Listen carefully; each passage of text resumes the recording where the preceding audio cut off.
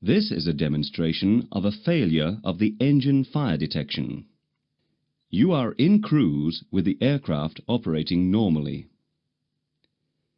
Click on the forward arrow to activate the failure. On the engine warning display, read the title of the failure.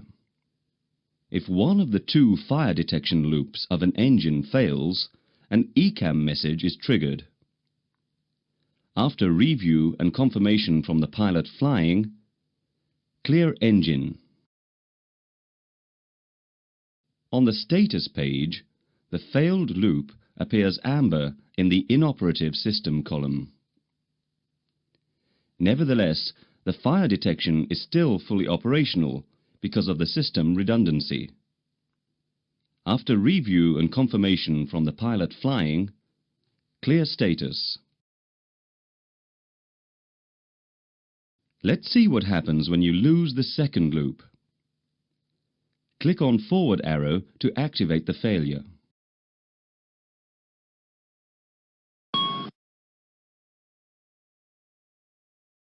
On the engine warning display, read the title of the failure.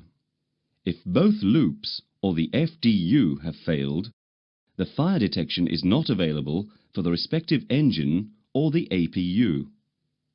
After review and confirmation from the pilot flying, clear engine.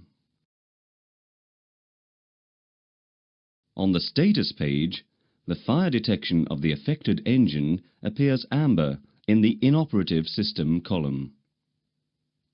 After review and confirmation from the pilot flying, clear status. Crew awareness and a close monitoring of the respective engine indications are now required. Note, should both loops break within 5 seconds, a fire warning is triggered.